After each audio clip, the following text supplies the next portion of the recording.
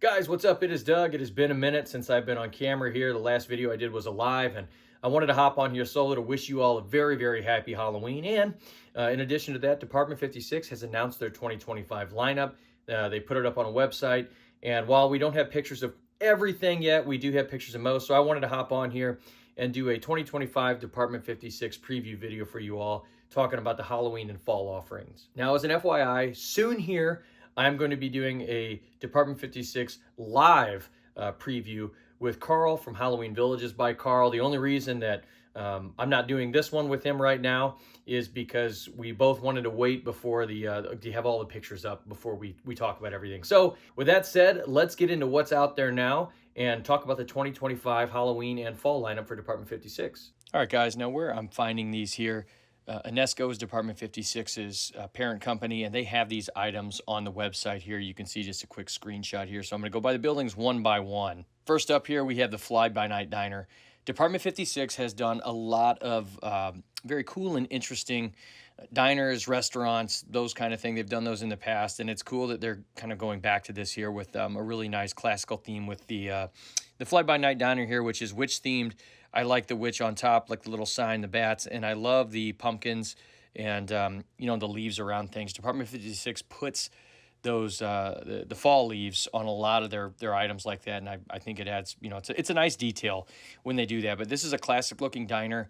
I like the retching pumpkin diner they had years ago, the black cat one. Those are really cool, and I like how this one stays with that traditional theme. It's great to see, just by and large here, there's some classical theming coming back. Now, with that being the first one here, let's talk about the buildings that don't have pictures yet.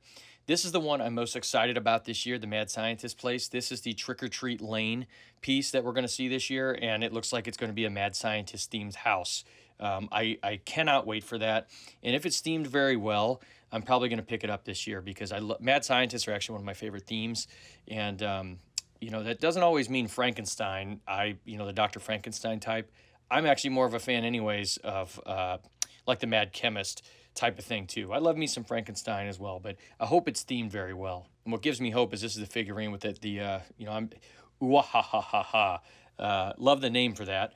And it looks like this is a dude who's dressed up as a mad scientist. He's got a candy dish and he's got his little beaker there. That's why I think that this is a potion, chemist type one versus a Frankenstein one. But I cannot wait to see that. I'll talk more about that with Carl when we do our live preview. The Phantom 5, this is a figurine set here, and it looks like it goes with the Haunted Mansion, according to this here. And important thing, it says it's lit via USB. Department 56 is changing this year. A lot of their houses are going to be lit by USB. That's according to a post on their website, so it'll be cool to see how that is. And they're not going to stop producing the old power supplies. It sounds like they're going to keep those, in stock for those that need replacements. But going to USB is interesting. Both Limax and Department 56 doing some changes in how they light stuff. So here we have the creepy cars. This is a set of 3. I'm not going to talk about all the accessories, but I really like how this looks because I'm a hot rod guy. I'm a car guy. And having some of these that you can pepper around the, your village, I really like that. Love when Limax does it. And I really dig the Frankenstein's monster style car here. Even on the back of it has bolts there. Looks like also we get a vampire car, theme. I really like how this looks, this 3 set. I think this is really cool. It's going to go with a lot of villages. So here's Luna's Late Night Brew. This is the release for Witch's Hollow this year. I really, really like how this looks with it's got like the foam coming out of the spout there to be like steam. The figurine's very funny there with the sort of fresh self-serve cream. If you've never seen a Department 56 piece in person, a lot of them have very cool finishes with kind of different types of surfaces on them. And this one looks like one of those pieces. I'm sure it would look very striking in person. I'm not big on the Witch Hollow line. I used to be more so than I am now. I stopped collecting them. I did start to collect them years ago briefly.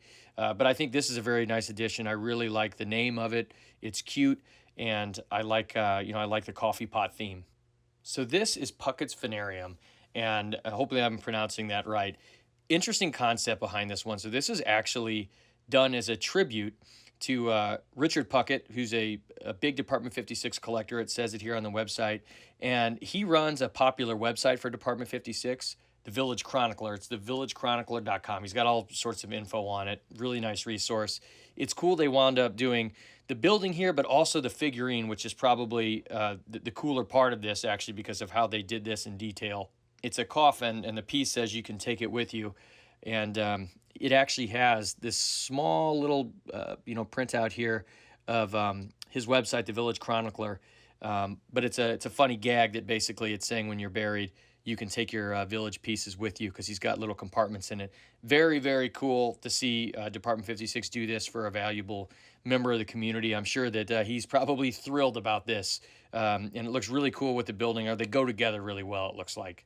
They're expanding their Sleepy Hollow line this year with a couple neat pieces. You've got the stables, which I really dig this, the old style, the Legend of Sleepy Hollow stable. They're also releasing Brom and Katrina. And as someone whose favorite Halloween thing to watch is Disney's the short, The Legend of Sleepy Hollow, I love that. I can't see this piece without singing some of the songs in my head, right? I always want to sing the Ichabod Crane, that kind of thing, over and over and over again is what goes in my head. So I don't have any of these Sleepy Hollow pieces. I really ought to get them, though, because I love the short so much and the story. Now let's talk about two pieces that, with the exception of the Mad Scientist house, this is the one, or the Mad Scientist place, rather. These are the two that I'm most excited about. This is the Harvest line. Department 56 talked about this, and I'm really, really excited that they appear to be going at this.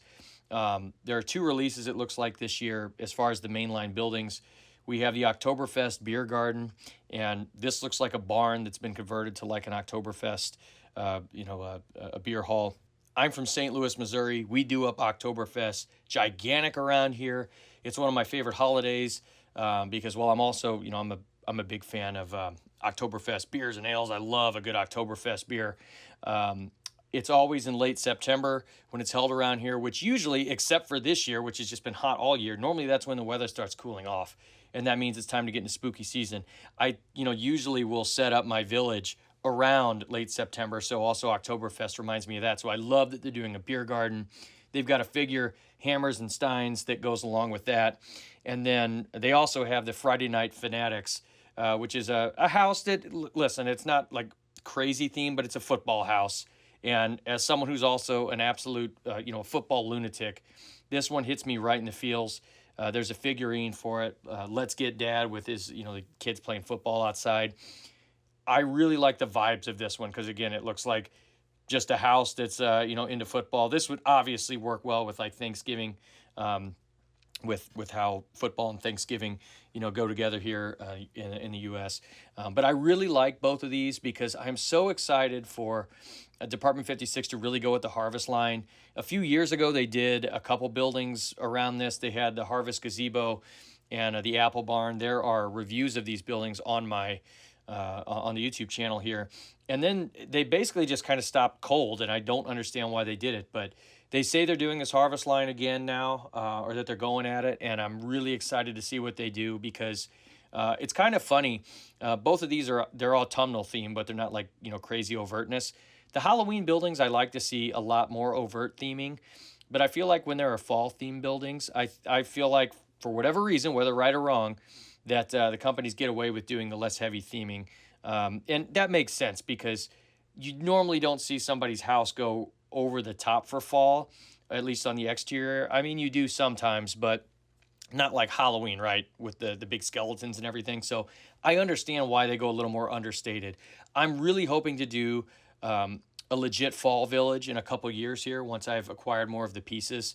And I hope they keep this line coming or going because what's here, this looks very, very cute. It might not be for everybody, but I absolutely love this. And if you do the Harvest setup, if you're somebody that really cares about displaying only seasonally, you can display it all fall. This will work, for the most part, right through Thanksgiving, late November here in America. That's not really an issue at all. So I really dig it. I'm very excited to see what the Harvest line does in the future. The Hocus Pocus line comes back here with Max's house in Salem. And shout out to my friend Kelly and Village Idiot friend. She's very excited for this because not only is she a Hocus Pocus fan, but this can be added to a display. And really, even if you're not a Hocus Pocus person, this looks like a nice little fall Halloween house, right? To go in your realistic style neighborhood. I think this is a very cool ad, and I think a lot of people are gonna like this, even if you're not, specifically a Hocus Pocus fan. And I can be critical of Department 56 for how they've gone license crazy in recent years, but really, with Hocus Pocus, if there's something you're going to license, especially for Halloween, it makes a ton of sense. So they should really milk that for all of its worth, in my opinion. To end here, we can just talk about a couple of the accessories, and I want to save some of this also to go more in depth with Carl from Halloween Villages by Carl, just to explain here why I'm kind of staying surface level on some of this stuff. But we have the Ghouls and Goblins 2 here. This is awesome. Department 56 does amazing trick-or-treat figurines. They are large. That's the one thing scale-wise. You need to watch out for that if you're a Limax person, but the detail on them looks fantastic always, and these look great. This I had to save for last. This is a 12-foot skeleton. Department 56 is doing one of these. This is awesome to finally see one of these, for your village. It even says here in the description of it, it says scaled to be both imposing and impressive. Our oversized skeleton will tower over the costumed children on trick-or-treat lane. So it's designed, as a traditional neighborhood like prop for trick-or-treat lane, which I love that. That is awesome. And somebody could even make this even more detailed by using string or something like that to make it look like the tie downs to hold them up on different sides. And I really, really like how they've done this. All right, guys, that is the lineup of Department 56, the most of it, at least. I'm pretty excited for it, and I'm really looking forward to talking with Carl from Halloween Villages by Carl in a live show that we're going to do here soon as those last pictures are up. So, with that said, guys, I hope you have a very, very happy Halloween, and I'll see you guys soon.